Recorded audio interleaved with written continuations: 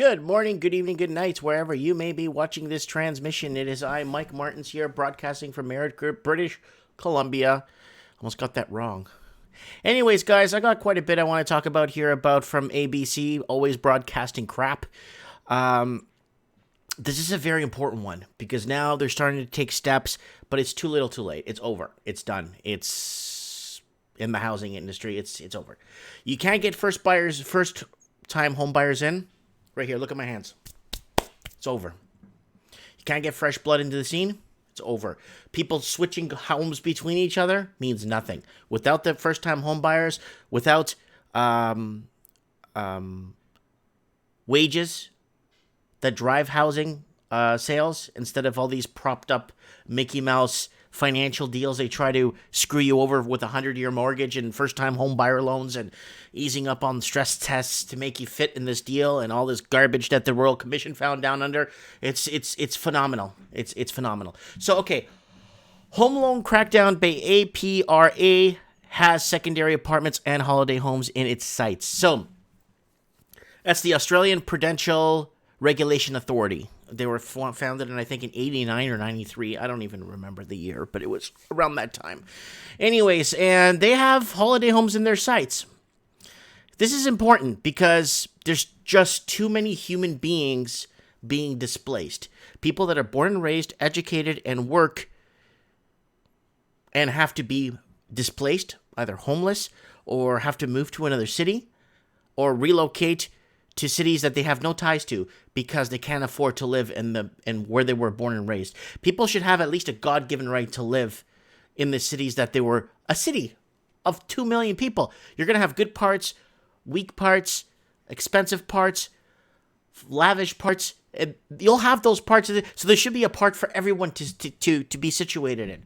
But no, it's gotten to a point that crack shacks go for $2 million.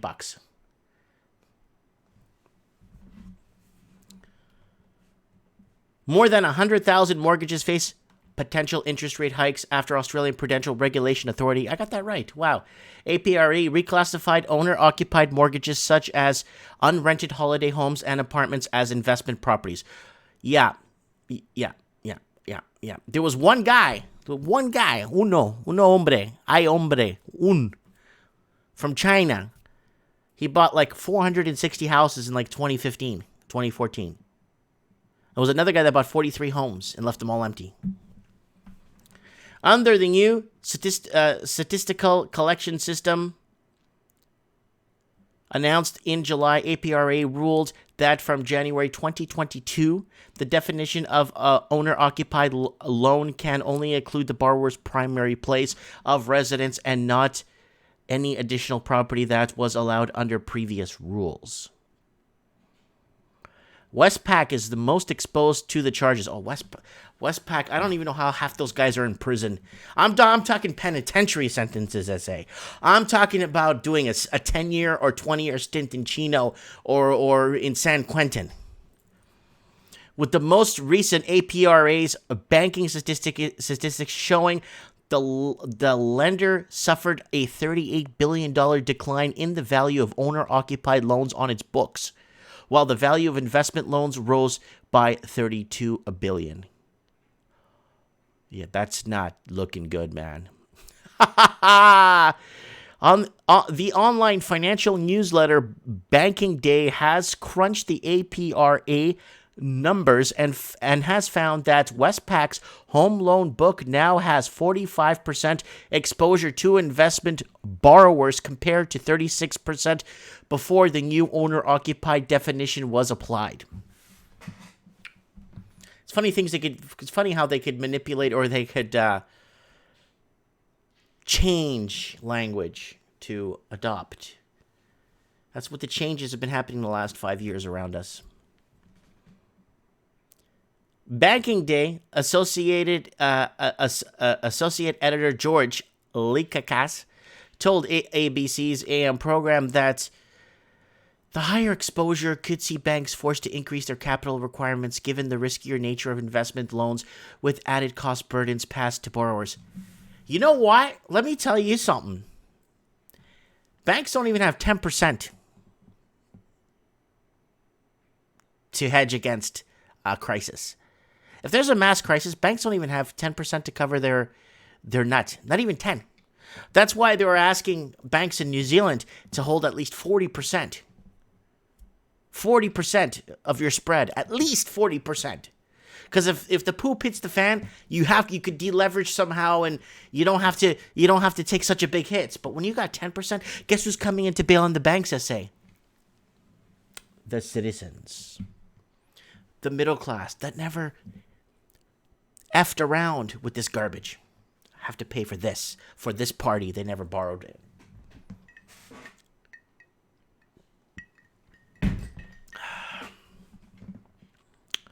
Based on the signal that APRA is given, the reclassified loans are now considered investment loans, and they should attract higher capital impost.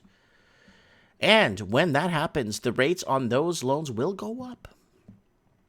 So you're going to start raising rates on specific property types announced by the APRA, and if those are leveraged, you're just going to pay more interest on them because it's business. Essay. So at the moment, investment borrowers are paying something like between 0.6 to 0.8% more than the owner-occupier borrower. That's pretty low differential at the moment because we're in a declining rate environment. Declining economy, declining jobs, stagnant wages. I mean, we could go for the next 40 minutes just telling you what's not happening here. But if rates were to start going up, I'd expect to see that differential widen. So you're going to see a bigger gap in delta here. Bank assessing impact of changes. Man, that reminds me of that song by the Scorpions, Winds of Change. Westpac spokesman said it was too early to comment on the impact of change definition, would be cooperating with APRA during the consultation period. Well, of course they were going to cooperate because this is better for the banks, right? Commonwealth Bank, right here, Commonwealth Bank, responded to APRA's announcement on August 30th, saying there will be no impact on customers. The security and serviceability arrangement for housing loans. Behind the scenes, lobbying has already begun, given the potential impact of the definition changes, with borrowers yet to be informed that the status of their holiday homes or apartments could change. So it's good in a way to kind of weed out a lot of the empty homes that are just sitting there. There's an article I'm going to read later on another show here about tens of thousands of homes across Canada empty. We got like 100,000 in BC and like 130,000 in the Greater Toronto area. So, I mean, like, something's going to have to happen about that, right? The banks have not yet begun to inform those potentially affected borrowers about this situation. That's because the banks are waiting for APRA to clarify what the future capital treatment will be for these loans, said Mr. Lecasis said.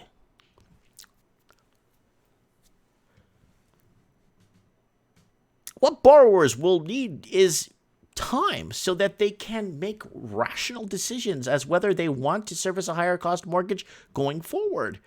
Most of these people will sell, but nothing's moving right now. It is springtime in Australia right now, so I've been watching. There's nothing happened. All these bidding wars and this. Everybody I talk to, man, this media is out to lunch.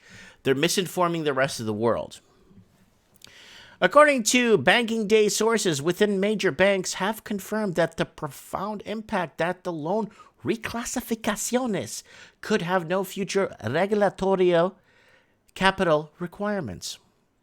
APRA would not comment on the potential impact of the change definitions and refer to ABC, always broadcasting crap, to its update to the banks on the new rules that are now subject to consultation. Oh, I hate when I see this crap, guys. Please don't fall for this, please. Looking to buy, it just got easier to take out a bigger mortgage. Guys, don't go into slavery. I mean, owning a house at these prices is a handicap. It's an absolute handicap. It's horrible. Please don't fall for this. Do your research. Dollar hits decade low after RBA cuts 0.75% to tackle unemployment. What'd you think was going to happen? It was going to go up? Woo! Woo! Property blacklist. Australia's most risky suburbs for home lending revealed. CBA faces criminal charges over Cumberlandshire scandal. So they always use these. What the hell is Cumberlandshire scandal? What the hell does that even mean? You go look it up. It says, a person that committed insurance fraud. Why don't they just say that? Australia's largest bank is facing 87 criminal charges. Fucking losers. They walk around like they own the world. Yeah, I work at a bank, man. I work in a bank, okay? Yeah, I work in a bank. Nobody cares. And then your criminal charges over unscrupulous practices in the life insurance arm. There you go, insurance. Right here. Bangulo. Criminal charges follow the Banking Royal Commission. Don't even drive them 20,000 vehicles with defective Takata airbags declassified critical. Okay, that's good to know. Farmer says he may not have closed if supermarkets passed on milk price increases.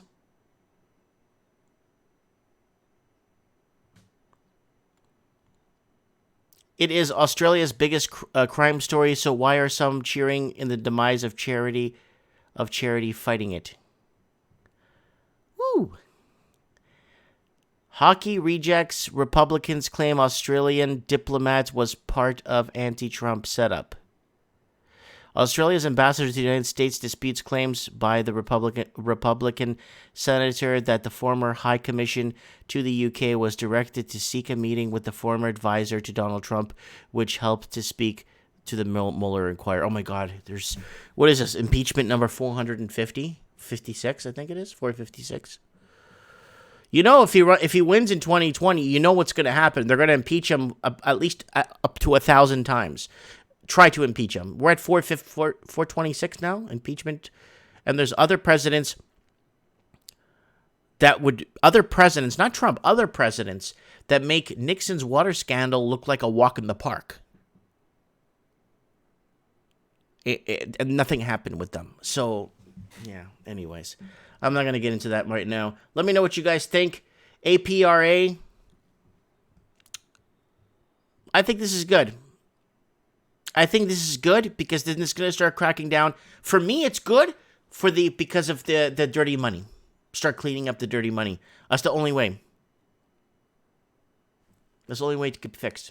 It's starting like crap, doing crap like this. And the banks here and these losers here, these guys here, 87 criminal charges, life insurance scam, playing with people's lives, playing with what, for money?